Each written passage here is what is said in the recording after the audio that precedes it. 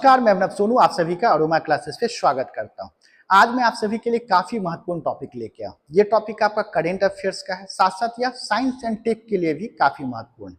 Current affairs जो भी आप प्रतियोगी परीक्षा देंगे उसमें करंट अफेयर्स तो यूजफुल है ही, साथ साथ यदि मेंस स्तर का आप कोई एग्जामिनेशन देते हैं, चाहे वो बीपीएससी मेंस देते हैं, यूपीपीएससी का देते हैं या यूपीएससी का देते हैं, उसमें साइंस एंड टेक का एक बहुत ही अहम योगदान है। तो उसके लिए भी ये काफी महत्वपूर्ण टॉपिक बन जाता है। तो एकदम वीडियो के अंत तक बने रहेंगे। इसमें हम लोग करंट अफेयर्स का तो देखेंगे ही देखेंगे, साथ साथ साइंस एंड टेक को भी क्या करेंगे, कवर करेंगे।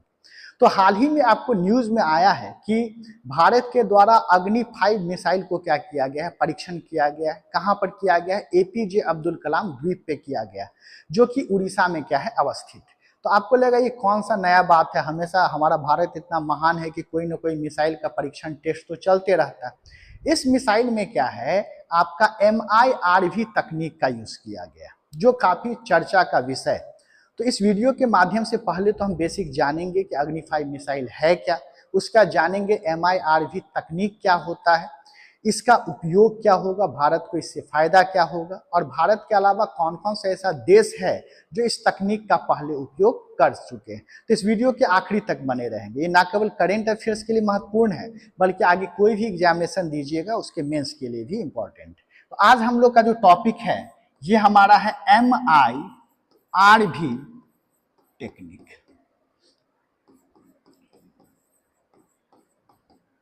MIRV तकनीक के बारे में देखते हैं। बताएं इसका उपयोग कहां किया गया? अग्नि 5 मिसाइल में। तो पहले तो हम देख ले कि यह क्या है, अग्नि 5 मिसाइल। अग्नि 5 मिसाइल का जो परीक्षण किया गया है, इसका जो परीक्षण किया गया ये कहां से किया गया? तो यह एपीजे अब्दुल कलाम द्वीप, एपीजे अब्दुल कलाम द्वीप से इसका परीक्षण किया गया, जो कि कहां पे अवस्थित है? तो ये कहां है? उड़ीसा में। इसी द्वीप का जो पहले जो नाम था ये हमारा क्या था? व्हीलर द्वीप। इसी द्वीप को हम लोग पहले क्या कहते थे? व्हीलर द्वीप के नाम से क्या करते थे, जानते थे। तो पहला तो समझ गए अग्नि 5 मिसाइल का जो टेस्ट है वो कहां से किया गया है? एपीजे अब्दुल कलाम द्वीप जो उड़ीसा में है वहां से किया गया, ठीक है। इसी द्वीप को पहले हम किस नाम से जानते थे? व्हीलर द्वीप के नाम से जानते थे। और यही एक ऐसा मिसाइल है जिसमें MIRV तकनीक का हम लोग क्या किए हैं, यूज किए, ठीक है।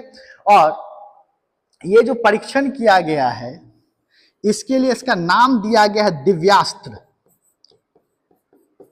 दिव्यास्त्र मिशन। ये जो टेस्ट किया गया तो इसका नाम दिया गया है क्या चीज? दिव्यास्त्र मिशन, ठीक है। तो ये हमारा करंट अफेयर्स का, और भी धीरे धीरे डिटेल आते चलते हैं। अब देखिए, पहले देखते हैं अग्नि 5 मिसाइल है क्या, इसके बारे में थोड़ा देखते हैं। तो देखिए अग्नि 5 मिसाइल जो है यह एक बैलिस्टिक मिसाइल है। अग्नि 5 मिसाइल जो है यह क्या है? बैलिस्टिक मिसाइल है, ठीक है। जो हम अक्सर रट जाते हैं, याद कर जाते हैं कि अग्नि 5 मिसाइल क्या है? Ballistic missile. तो आखिर ये बैलिस्टिक मिसाइल होता क्या है, इसके बारे में चर्चा करते हैं। तो देखिए समझते हैं, बहुत एकदम आसान भाषा में आपको समझा देंगे। जैसे आप लोग किसी पत्थर को फेंकते हैं, पत्थर को आप ऊपर फेंकते हैं तो क्या होता है? पहले पत्थर बहुत ऊपर जाता है, ऊपर जाने के बाद क्या होता है? फिर से पृथ्वी के गुरुत्वाकर्षण में वापस क्या होता है? लौट जाता है। इसी प्रकार से हम इस मिसाइल को फेंकते हैं। क्या होता है? इस मिसाइल को एकदम ऊंचा छोड़ा जाता है, इस प्रकार से अंतरिक्ष के ऊंचाई तक इसको ले जाया जाता है। और जब यह अंतरिक्ष के ऊंचाई तक पहुंच जाता है, फिर बाद में यह पृथ्वी के गुरुत्वाकर्षण के द्वारा यह अंदर की ओर आता है। अंतरिक्ष कहने का मतलब आउटर एटमॉस्फेयर तक चले जाए, और फिर यह पृथ्वी के गुरुत्वाकर्षण से वापस पुनः वह कहाँ आ जाता है? आपका पृथ्वी के सतह पर लौट जाता है। जैसे मान लीजिए यह आपका पृथ्वी का सतह है, तो यहाँ मान लीजिए भारत है, इंडिया है, और यहाँ मान लेते हैं पाकिस्तान है। अब हमको भारत से टारगेट किस पर करना था, किस पर निशाना साधना था? पाकिस्तान पर निशाना साधना था। तो हम क्या करेंगे, पहले रॉकेट के माध्यम से इस मिसाइल को अंतरिक्ष के ऊपरी हिस्सा में यानी कि वायुमंडल के ऊपरी हिस्सा में ले जाएंगे या अंतरिक्ष में ले जाएंगे। अब इस प्रकार से मिसाइल गया, ऐसे हुआ, फिर पृथ्वी के गुरुत्वाकर्षण के निकट आया तो पृथ्वी इसको क्या किया, अपने गुरुत्वाकर्षण की ओर आकर्षित कर दिया। तो ये जो रास्ता अपनाया जाता है, इस रास्ता को बैलिस्टिक पाथ कहते हैं। इस रास्ता को क्या कहा जाता है, बैलिस्टिक पाथ कहा जाता है। और चूंकि यह मिसाइल इसी बैलिस्टिक पाथ का क्या करता है, अनुसरण करता है, इसलिए इस मिसाइल को क्या कहा जाता है, बैलिस्टिक मिसाइल कहते हैं। इस मिसाइल को हम लोग क्या कहते हैं, बैलिस्टिक मिसाइल कहते हैं। वैसा मिसाइल जो बैलिस्टिक पाथ का अनुसरण करता हो उसको क्या कहते हैं, बैलिस्टिक मिसाइल कहते हैं। अब कह देगा बैलिस्टिक पाथ क्या है, बैलिस्टिक मिसाइल का विशेषता क्या है, तो इसको पहले रॉकेट के माध्यम से अत्यधिक ऊंचाई पर ले जाया जाता है और फिर यह मिसाइल गुरुत्वाकर्षण के प्रभाव में वापस पृथ्वी के सतह पर लौटता है और टारगेट को क्या करता है, हिट करता है, टारगेट पर निशाना लगाता है। तो इसको क्या किया जाता है, इसको अत्यधिक ऊंचाई पर ले जाया जाता है, अत्यधिक ऊंचाई पर ले जाया जाता है। ठीक है, इसके बाद पृथ्वी के गुरुत्वाकर्षण के प्रभाव में, पृथ्वी के गुरुत्वाकर्षण के प्रभाव में यह पृथ्वी के सतह पर लौटता है, पृथ्वी के सतह पर लौटता है और टारगेट को हिट करता है, टारगेट पर निशाना लगाता है।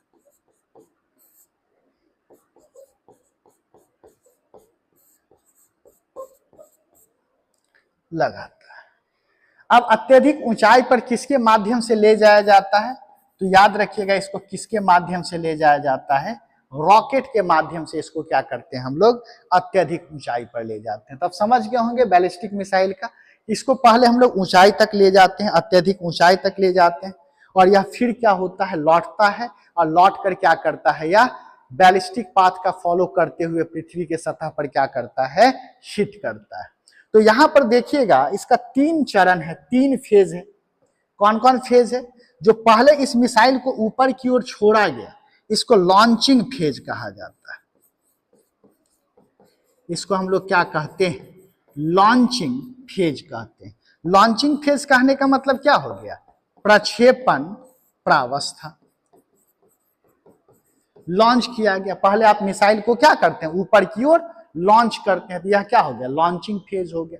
मे भी हिंदी कुछ और भी अदर हो सकता है, लेकिन समझाने के लिए अब इस प्रकार से ऊपर फेंके, अब बीच में इस प्रकार से आएगा, कर्व पाथ को फॉलो करते हैं। यह वाला जो प्रावस्था है इसको क्या कहते हैं, मिडिल कोर्स कहते हैं। इसको क्या कहते हैं, मिडिल कोर्स कहते हैं या मध्य मार्ग कहते हैं। इसको क्या कहते हैं, मध्य मार्ग कहते हैं, ये बीच वाला हिस्सा। और जब यह लौट रहा है, पुनः यह वायुमंडल में प्रवेश करते हुए यह पृथ्वी के सतह पर टकराया, तो इसको क्या कहेंगे, री एंटर फेज कहेंगे। इसको री एंटर फेज कहते हैं। री मतलब क्या हो गया, पुनः, एंटर मतलब क्या होता, प्रवेश। तो यह पुनः प्रवेश करने वाला क्या है, प्रावस्था है। तो ये समझ गए कि बैलिस्टिक मिसाइल जो है ये 3 प्रावस्था इसमें होता है। First is launching phase, middle course और तीसरा हमारा क्या होता है, री एंटर फेज होता है। तो बैलिस्टिक मिसाइल का 2 विशेषता है, स्पेशलिटी है। अगर विशेषता की बात करें तो पहला तो इसको अत्यधिक ऊंचाई पर ले जाया जाता है। पहला तो इसका विशेषता है कि अत्यधिक ऊंचाई पर ले जाया जाता है, अत्यधिक ऊंचाई पर ले जाया जाता है पहला। दूसरा इसका स्पीड बहुत ज्यादा होता है, चाल जो होता है वो बहुत ज्यादा होता है। क्रूज मिसाइल की तुलना में अगर बात करें तो इसका स्पीड बहुत ज्यादा, तो यह क्या कहेंगे, इसका चाल अधिक होता है, इसका चाल अधिक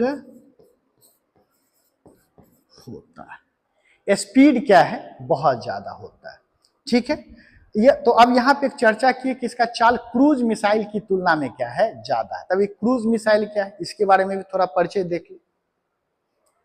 ये क्या है, cruise missile. Cruise missile, cruise missile क्या होता है, देखिए तो हवा में क्रूज कर रहा है। देखिए ये सतह, पृथ्वी का सतह है, तो देखिए ये जो मिसाइल है ये सतह से कुछ ऊंचाई पर ही उड़ान भरेगा, ज्यादा ऊंचा नहीं जाएगा, सतह से निकट ही यह क्या करता है, उड़ान भरता है। तो वैसा मिसाइल जो सतह से, पृथ्वी के सतह से थोड़ा ही ऊपर यह क्या करे, उड़ान भरे, उसको क्या कहते हैं, क्रूज मिसाइल कहते हैं। तो यह क्या है, वैसा मिसाइल, वैसा मिसाइल जो पृथ्वी के सतह से, पृथ्वी के सतह से कुछ ही ऊंचाई पर, ऊंचाई पर उड़ान भरता है, उड़ान भरता है, इसको हम लोग क्या कहते हैं, क्रूज मिसाइल। और बैलिस्टिक मिसाइल क्या हुआ, अभी जस्ट बतलाएं। इस बैलिस्टिक मिसाइल को पहले एकदम ऊंचाई पर ले जाएंगे, अत्यधिक ऊंचाई पर ले जाएंगे, और तब यह देखिए इस प्रकार से क्या होगा,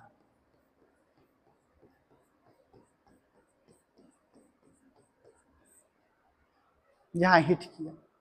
तो आप देखिएगा क्या है, अगर बगल में कुत्ता खड़ा है तो ढेला लीजिएगा, ऐसे मारिएगा, यानी कि नजदीक से, तो यह सतह के नजदीक से ही जाएगा। लेकिन अगर आपको भाला दूर तक फेंकना है तो भाला को कैसे फेंकते हैं, पहले ऊपर फेंकते हैं, ऊपर से तब जाता है। ठीक है, आप देखे होंगे आपकी भाला जो फेंका जाता है तो कैसे फेंकते हैं, पहले हम लोग ऊपर फेंकते हैं, ऊपर फेंकते हैं तब जाता है। तो अगर आपको बहुत दूर तक किसी को भेजना है, फेंकना है, तब फिर इस रास्ते का अनुसरण करना पड़ेगा। नजदीक में फेंकना है तो ऐसे भी फेंक सकते हैं। तो बैलिस्टिक मिसाइल जो है, इसका एक और विशेषता क्या लिख सकते हैं, इसको अत्यधिक दूरी तक भेजा जा सकता है, अत्यधिक दूरी तक भेजा जा सकता है, भेजा जा सकता है। ठीक है, जैसे नीरज चोपड़ा को आप भाला फेंकते हुए देखते होंगे तो ऐसे फेंकते हैं। तो देखिए क्रूज मिसाइल में क्या है, नजदीक में जाना है तो ऐसे भी फेंक देंगे, लेकिन दूर फेंकना है तो ऐसे करके फेंकेंगे। समझ में आया? तो बैलिस्टिक मिसाइल और क्रूज मिसाइल में एक अंतर क्या है, ये भी है। इसलिए चूंकि यह रास्ता जो है इसको बैलिस्टिक पाथ कहते हैं, इसलिए इसे मिसाइल जो है इसको क्या कहा जाता है, बैलिस्टिक मिसाइल कहा जाता है। तो अभी तक तो ये परिचय देख लिए कि अग्नि 5 मिसाइल हमारा क्या है, बैलिस्टिक मिसाइल है, और इसको बैलिस्टिक क्यों कहते हैं इसका परिचय देख लिए। अब देखते हैं MIRV तकनीक होता क्या है। ठीक है, तो समझिए MIRV का जो फुल फॉर्म है यह होता है मल्टीपुल इंडिपेंडेंटली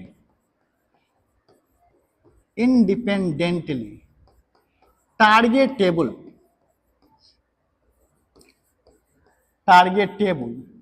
री एंटर व्हीकल। सबको हम क्या करते हैं, समझाते हैं ये होता क्या है। देखिए ये जो MIRV तकनीक क्या है, इसमें समझिए क्या होता है। ये मान लेते हैं मिसाइल है,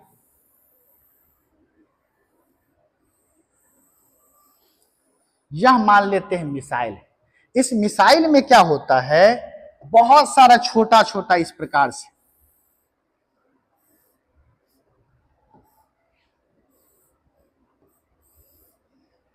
लगा रहा था, एक समझाने के लिए बता रहे।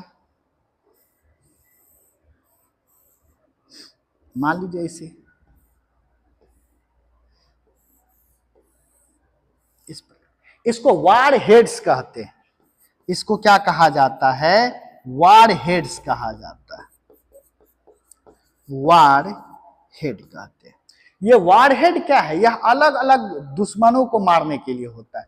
जैसे यह मिसाइल बहुत ऊंचाई पे जाएगा तो यह अपने वारहेड्स को क्या करेगा? छोड़ देगा। कोई वारहेड्स इधर जाके लगाएगा दुश्मन पर टारगेट, कोई इधर जाकर दुश्मन को मारेगा, कोई इधर उड़कर दुश्मन को मारेगा, कोई इधर उड़कर दुश्मन को मारेगा, कोई इधर जाकर दुश्मन को मारेगा। यानी कि अत्यधिक ऊंचाई पर जाके वारहेड्स को छोड़ देगा और सब वारहेड्स अलग अलग जगह जा जाके टारगेट को क्या करता है?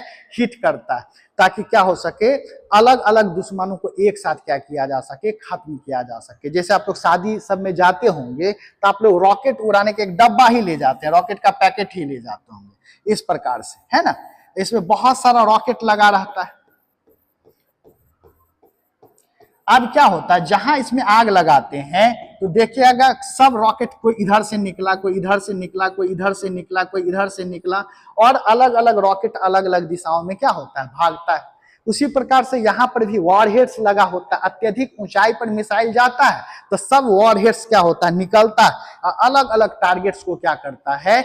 हिट करता है। तो चूंकि इस मिसाइल में मल्टीपल वॉरहेड्स क्या हुआ है? लगा हुआ है, इसलिए यहाँ पे वर्ड क्या पड़ा? मल्टीपल। मल्टीपल कहने का मतलब बहुत सारा वॉरहेड्स लगा होगा। इसमें क्या लगा होगा?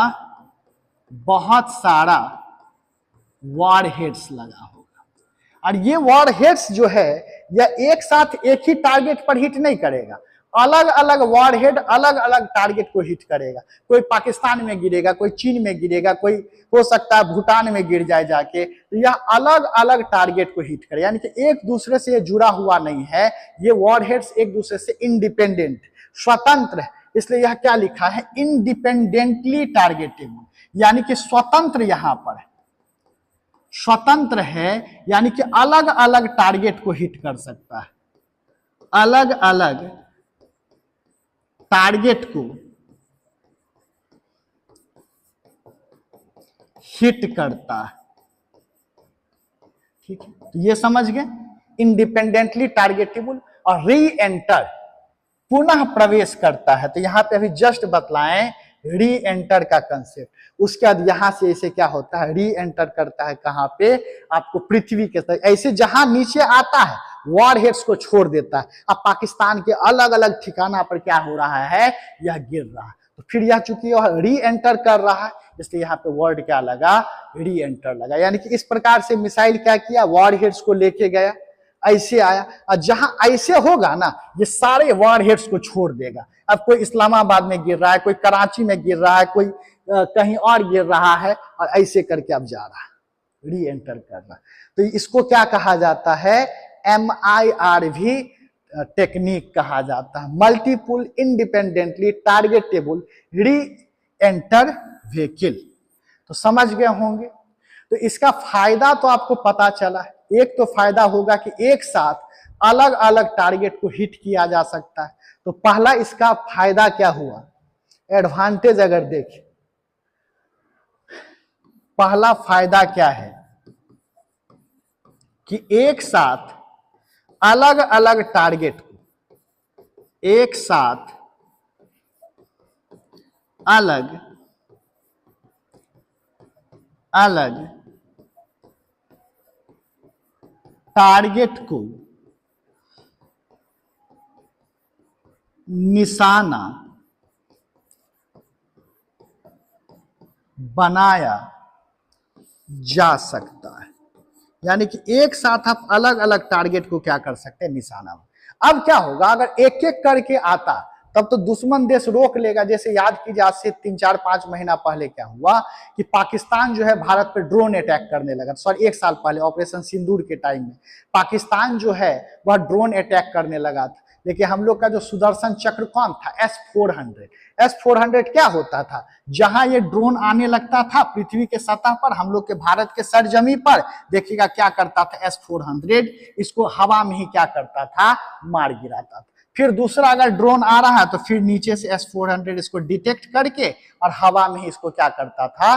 गिरा देता था, मार के गिरा देता था। लेकिन यहां पर क्या है, हमारा MIRV तकनीक में क्या हो रहा है कि एक साथ बहुत सारे वॉरहेड्स को नीचे गिराया जाएगा। एक साथ बहुत सारे वॉरहेड्स को नीचे गिराया जाए तो दुश्मन को उसको रोकना क्या हो जाएगा, कठिन हो जाएगा। एक एक करके गिरे तो आसानी से रोक लेगा, लेकिन एक साथ अलग अलग टारगेट पर हिट कर रहा है, कोई कराची में कर रहा है, कोई कहीं और कर रहा है, इस्लामाबाद में कर रहा है, तो उसको रोकना थोड़ा क्या होता है, टफ हो जाता है। दूसरा, उसका जो प्रतिरक्षा तंत्र होगा, डिफेंस सिस्टम होगा, वो भी कंफ्यूज कर जाएगा। भाई कराची वाला जा रहा है कि इस्लामाबाद वाला जा रहा है, एक साथ अगर सब आ जाता है तो यहाँ पर क्या है, दुश्मनों को रोकने में क्या होती है, कठिनाई होती है।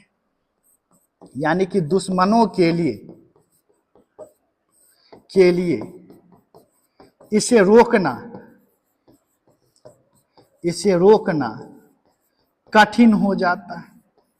ठीक है, अगला क्या है कि डिफेंस सिस्टम, प्रतिरक्षा प्रणाली के द्वारा डिटेक्ट करने में मुश्किल, एक साथ अलग अलग टारगेट को हिट कर रहा है तो थोड़ा सा कठिनाइयों का सामना करना पड़ेगा। हिंदी के स्पेलिंग में थोड़ा आगे पीछे हो तो माफी चाहते हैं इसके लिए। अगला क्या है, तो ये समझ गए, एक साथ अलग अलग टारगेट को हिट करेगा तो कंफ्यूज हो जाएगा कि कौन से टारगेट को हिट कर रहा है, तो इसमें भी दिक्कत हो जाती। तो ये हमारा क्या है, MIRV क्या है, तकनीक है, जो एक बेहतरीन तकनीक माना जा रहा है। ठीक है, अब देखिए क्या भारत के अलावा भी कोई अन्य देश है जो इसका पहले उपयोग कर चुका है? तो भाई अमेरिका और चीन कहाँ पीछे रहने वाला है। तो अमेरिका का नाम सुने होंगे आप लोग, मिनटमैन 3। अन्य देश की बात करें, अन्य देश में बात करें तो अमेरिका के द्वारा जो किया गया है यह है मिनटमैन 3।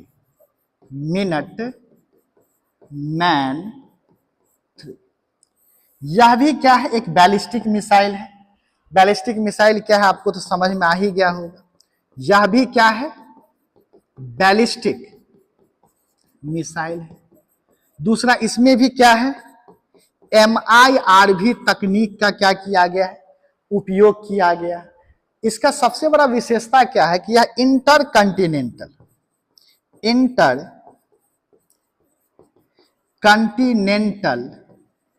मिसाइल है। इंटर कॉन्टिनेंटल कहने का मतलब क्या है, कॉन्टिनेंट मतलब महाद्वीप, कॉन्टिनेंट मतलब क्या होता है, महाद्वीप। यानी कि यह एक महाद्वीप से दूसरे महाद्वीप में जाकर भी क्या कर सकता है, हिट कर सकता है। जैसे अमेरिका को लगे कि भाई हम अमेरिका में बैठे बैठे साउथ अमेरिका के देशों पर टारगेट कर ले, यानी कि नॉर्थ अमेरिका से हम साउथ अमेरिका के देश पर टारगेट करें तो आराम से कर सकता है। एक महाद्वीप से दूसरे महाद्वीप तक क्या कर सकता है, टारगेट कर सकता है। और इसका जो रेंज है, इसका रेंज आपका 1200 किलोमीटर से 1300 किलोमीटर इसका क्या है, रेंज है। यानी कि 1200 किलोमीटर की दूरी को आराम से यह क्या कर सकता है, हिट कर सकता है, टारगेट कर सकता है। इसमें भी अलग अलग वॉरहेड्स को एक साथ छोड़ने का क्या है, क्षमता। यह किसके द्वारा है, USA के द्वारा। ये किसके द्वारा, अमेरिका के द्वारा, USA के द्वारा। अगला चीन के द्वारा जो है, चीन के द्वारा DF-41, संभवतः जहां तक हमको ध्यान आ रहा है इसका नाम क्या है, DF-41 है। यह भी एक बैलिस्टिक मिसाइल है। यह भी आपका क्या है, एक बैलिस्टिक मिसाइल है। दूसरा, इसमें भी किस तकनीक का उपयोग किया गया है, MIRV तकनीक का उपयोग किया गया है। और भाई अमेरिका अगर इंटरकॉन्टिनेंटल मिसाइल बना रहा है तो चीन कहां पीछे रहने वाला है। चीन भी क्या बनाया है, यह क्या है आपका इंटर कॉन्टिनेंटल मिसाइल है, कॉन्टिनेंटल मिसाइल है। एक द्वीप से दूसरे द्वीप तक जा सकता है। इसका जो मारक क्षमता, रेंज है, यह आपको 1500 किलोमीटर तक, 1500 किलोमीटर तक इसका क्या है, रेंज। तो ये करेंट अफेयर्स का जो रिसेंट न्यूज था MIRV, इसके बारे में देख लिए। तो BPSC मेंस में भी ये फायदा करेगा, काफी महत्वपूर्ण है, तो नोट्स बना लेंगे और बीपीएससी मेंस का बैच हम लोग भी स्टार्ट कर रहे हैं अरोमा क्लासेस के ऐप पे, ऑनलाइन क्लास जो मंडे से स्टार्ट हो जाएगी। तो यदि पढ़ाई अच्छी लगे तो ऑनलाइन बैच में जरूर जुड़े। बेहतरीन तैयारी आंसर राइटिंग के साथ करवाई जाएगी। अभी जुड़ने में फायदा क्या है कि देखिए मेंस एक दिन का खेल नहीं, ऐसा आप सोचिएगा कि हम पीटी निकल गया और 2 महीना में हम मेंस की तैयारी कर ले, तो बहुत बेवकूफ़ी भरा यह डिसीजन होगा, क्योंकि ना केवल तैयारी करना रहता है बल्कि उसमें आंसर राइटिंग भी करना रहता है। तो अभी से ही अगर तैयारी शुरू कीजिएगा तभी बेहतरीन तैयारी होगा। नहीं तो वैसे छात्र जो सोच रहे हैं रिजल्ट निकलेगा तब मेंस की तैयारी करेंगे तो फिर सफलता का चांस बहुत कम हो जाता है। इसलिए बुद्धिमानी होती है कि साथ साथ पीटी के साथ साथ मेंस की भी तैयारी करते चले। तो बहुत ही न्यूनतम शुल्क है, मात्र 3500 में पूरा कोर्स है, जिसमें जीएस पेपर 1 के साथ साथ हम लोग जीएस पेपर 2 भी कवर करेंगे। तो जल्द से जल्द इस बैच कोर्स से जरूर जुड़ सकते हैं। अरोमा क्लासेस ऐप को आप प्ले स्टोर से डाउनलोड कर सकते हैं। पढ़ाई अच्छी लगी हो तो ज़्यादा से ज़्यादा इस वीडियो को शेयर करेंगे। थैंक यू आप सभी।